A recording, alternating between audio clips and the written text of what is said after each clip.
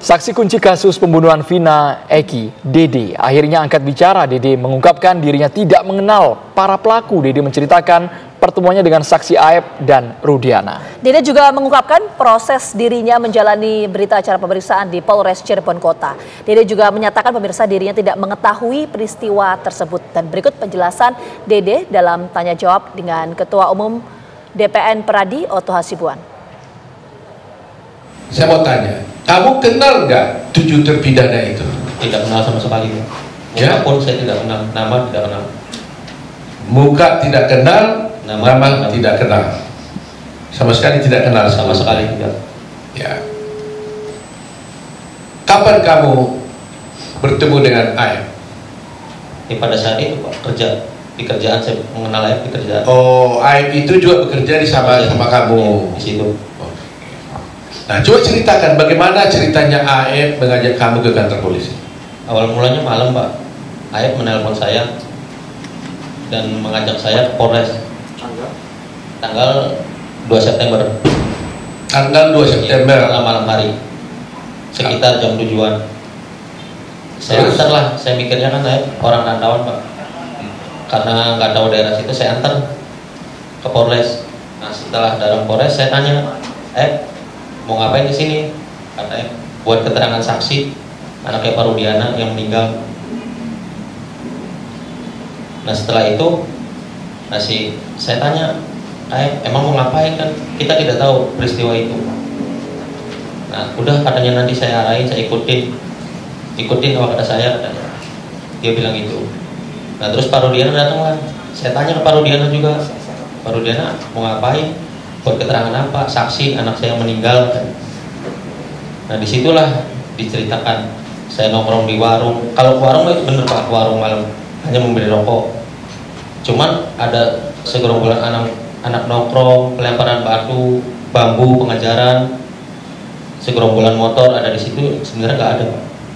Sudah diceritakan sebelum masuk BAP itu sudah diceritakan. Jadi sebelum kamu bertemu dengan Rudiana, kamu kan diajak oleh Rudiana telepon katanya kan? Bukan saya ditelepon, saya ditelepon dengan Aep Pak. Ditelepon oleh Aep. Kamu diajak ke kantor polisi. Iya. Waktu kamu diajak ke kantor polisi, kamu tahu tujuannya untuk apa? Belum tahu Pak. Saya nanyanya pas sudah masuk ke Polres Pak di dalam. Apa katanya waktu kamu diajak ke kantor polisi? Ya saya tanya pas di dalam, mau ngapain di sini? Buat jadi saksi anaknya Pak Rudiana. Enggak, sebelum.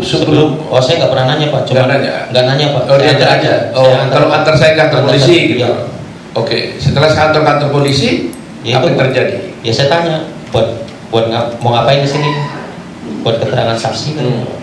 Saksi siapa? Pak Rudiana yang anaknya meninggal. Oh, itu kata Aep. Iya. Ya. Nah, kemudian kamu bertemu dengan Rudiana di mana? Di situ juga? Di situ juga. Saya tahu Rudiana pun saat di situ. Oh, kamu kenal Rudiana saat di situ? Saat di situ. Waktu dia pakai baju apa dia? Baju preman atau baju? Baju preman sih Pak. Baju biasa. Tertulis sih. Apa? Dikenalkan sama Aep siapa ini gitu? Iya, dikenalkan sama Aep. Ini Pak Rudiana katanya. Nah, dikasih tahu ini Pak Rudiana. Ini Pak Rudiana. Apa lagi? Bapaknya Aep. Diberitahu nggak dia polisi? Diberitahu Pak. Dia polisi. Ini polisi. Gitu. Polisi. Jabatannya diberitahu pada waktu itu? Diberitahu Intel narkoba katanya. Oh, Intel narkoba katanya. Diberitahu gitu ya? Diberitahu. Nah, lantas apa kata Aep kepada kamu? Ya, saya bilang ke Pak Rudiana juga pada situ. Pak, buat jadi saksi apa? Anak saya yang meninggal katanya. Nah, sedangkan saya tidak tahu kejadian itu. Dan saya pun tidak kenal nama-nama dan muka, dan peristiwa itu emang tidak tahu sama sekali Pak. Nah, terus apa kata Rudiana? Kata Aep Rudiana ya bilang Pak, ya udah ntar saya kasih tahu katanya. Ya setelah dikasih tahu, pada saat nongkrong di situ, pada saat ke warung ada orang segerombolan nongkrong, terus melihat pelemparan batu kepada anaknya Pak Rudiana. Nah, terus dilempar batu itu tidak kena, terus pengejaran membawa bambu. Nah, terus setelah itu ya tidak tahu kejadian itu lagi Pak. Setelah pengejaran tidak tahu. Sudah sampai situ doang. Tadi kan kamu ceritakan bahwa kamu diarahkan oleh Aep dan Rudiana. Saya mau lihat perannya masing-masing. Aep ngomong apa, Pak Rudiana ngomong apa? Aep ngasih tahu, bilang aja ya ada segerombolan orang di situ Pak. Baik. Terus Pak Rudiana? Pak Rudiana ngasih tahu masalah motor sama nama Pak. Sama nama. Iya, motor dan nama saya tahu dari Pak Rudiana, dikasih tahu sama Pak Rudiana. Oh, nama-nama pelaku. Nama-nama pelaku. Iya. Apa katanya waktu itu?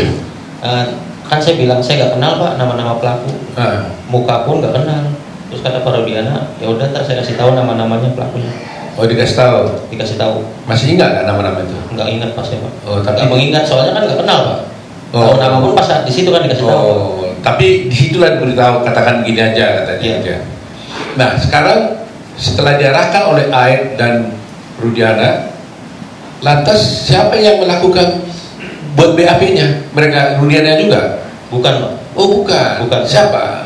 Ya penyidik di situ Pak. Oh, penyidik. Ya, penyidik di situ. Jadi kamu diarahkan oleh Aep dan Rudiana dulu, setelah itu baru di BAP oleh penyidik yang lain. Iya.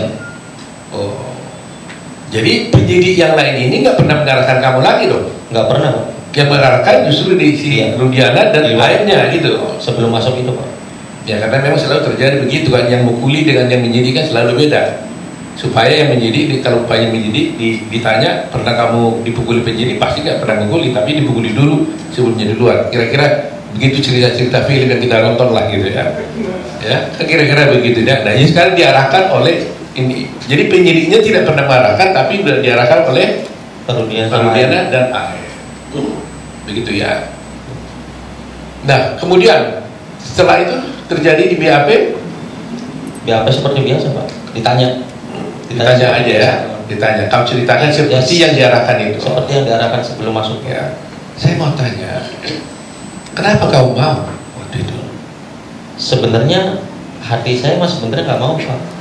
Kan saya juga sudah bilang Pak, saya tidak tahu kejadian itu sama sekali dengan Aep dengan Pak Rudiana. Nah pada saat itu kan saya rakyat kecil Pak, saya nggak ngerti hukum, sekolah pun saya hanya SMP. Ya saya merasa takut Pak sudah di dalam. Saya bisa apa di situ Pak? Ya tapi kan umpamanya kan kamu kan nggak merasa berbuat, kenapa nggak nolak aja? Apa kamu diiming-iming? Tidak ada sama sekali Pak, diiming-iming. Enggak. Tidak ada sama sekali. Tapi kok kan orang bertanya, kok semudah itu kamu langsung diajak ini langsung kamu mau gitu? Kenapa? Maunya pun kan karena tidak tahu bahwa mau ke situ kan diberi buat kesaksian anaknya Pak Rudiana Pak. Mungkin kalau saya tahu, Aep ngasih tahu sebelum masuk Polres saya nggak mau Pak. Ya tapi setelah di dalam Polres, terus kenapa jadi kamu mau? Karena takut Pak. Takut sama siapa? Ya takut karena sudah di dalam Polres itu Pak. Loh kenapa? Kalau di dalam Polres kenapa rupanya? Ya karena saya nggak ngerti hukum. Loh iya, kalau Polres apa? Ada kamu dipukul nggak? Enggak sih Pak. Apa karena Pak Rudiana polisi gitu? Nah iya bisa jadi Pak. Oh bisa jadi, yang benarnya di mana? Ya emang karena polisi Pak, saya takut. Jadi berarti kamu merasa takut? Iya merasa takut. Karena sudah berada di kantor polisi? Iya. Karena kamu diminta oleh Pak Rudiana yang polisi? Iya. Kamu ikutin aja? Iya. Nah waktu itu kamu tahu nggak akibatnya itu waktu itu ya? Saya tahu Pak akibatnya. Tapi Tahu saya. Ya setelah di BAP pun kan saya ngomong ke Aep Pak. Ya. Saya bilang ke Aep, kenapa membuat kesaksian seperti ini kata saya. Kan bakal berat ke depannya. Udah katanya saya kesal sama terpidana itu Pak. Kata Aep. Iya. Kenapa? Karena pernah dipukuli Pak. Oh si Aep cerita bahwa dia pernah dipukuli oleh Warga sekitar di situ Pak. Oh Aep merasa apa? Dipukuli oleh warga situ, bukan oleh terpidana. Ya ada terpidananya Pak. Ada terpidananya. Bilang. Jadi merasa kesal ya, Merasa kesal, sehingga diarahkan. Gitu. Ya dendam. Nah, ini. Nah, kamu